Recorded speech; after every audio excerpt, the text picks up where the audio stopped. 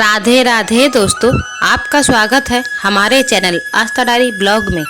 आइए जानते हैं, लंका जल गई पर विभीषण का घर नहीं जला, क्यों? और पहली स्तुति हनुमान जी की किसने, कब और क्यों की थी? एक अध्याय के 2 रहस्य। हनुमान जी की प्रार्थना में तुलसीदास ने हनुमान चालीसा, बजरंग बाण, हनुमान बहुक आदि अनेक स्तोत्र लिखे, लेकिन हनुमान जी की पहली स्तुति किसने की थी? तुलसीदास जी के पहले भी कई संतों और साधुओं ने हनुमान जी की श्रद्धा में स्तुति लिखी है, लेकिन क्या आप जानते हैं सबसे पहले हनुमान जी की स्तुति किसने की थी? जब हनुमान जी लंका दहन कर रहे थे तब उन्होंने अशोक वाटिका को इसलिए नहीं जलाया क्योंकि वहां सीता जी को रखा गया था। दूसरी ओर उन्होंने विभीषण का भवन इसलिए नहीं जलाया क्योंकि विभीषण के भवन के द्वार पर तुलसी का पौधा लगा था। भगवान विष्णु का पावन चिन्ह शंख, चक्र और गदा भी बना हुआ था। सबसे सुखद तो यह कि उनके घर के ऊपर राम नाम अंकित था। यह देखकर हनुमान जी ने उनके भवन को नहीं जलाया।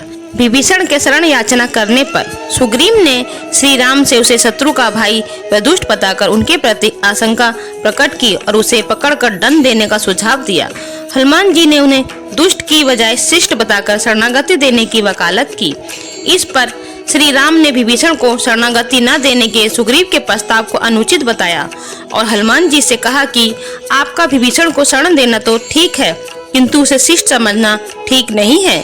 इस पर हनुमान जी ने कहा कि तुम लोग विभीषण को देखकर अपना विचार प्रकट कर रहे हो, मेरी ओर से भी देखो मैं क्यों और क्या चाहता हूँ। कुछ देर बाद हनुमान जी ने रुककर कहा, जो एक बार विनती भाव से मेरी याचना करता है और कहता है मैं तेरा हूँ, उसे मैं अभयदान प्रदान कर देता हूँ। यह मेरा व्रत है, इसलिए विभीषण को अवश्य शरण दी जानी चाहिए। इंद्र आदि देवताओं के बाद धरती पर सर्वप्रथम विभीषण ने हनुमान जी की शरण लेकर उनकी स्तुति की थी। विभीषण को भी हनुमान जी की तरह चिरंजीवी रहने का आशीर्वाद मिला था। वे आज भी सशरीर जीवित हैं। विभीषण ने हनुमान जी की स्तुति में एक बहुत ही अद्भुत और अचूक स्तोत्र की रचना की है। विभीषण द्वारा रचित इस स्तोत्र को हनुमान वंडवानल स्तोत्र कहते हैं। सब सुख लहे तुम्हारी शरणा, तुम रक्षक काहू को डरना। इसका मतलब है हनुमान जी की शरण में भय मुक्त जीवन। हनुमान जी ने सबसे पहले सुग्रीव को बाली से बचाया और सुग्रीव को श्री राम से मिलाया।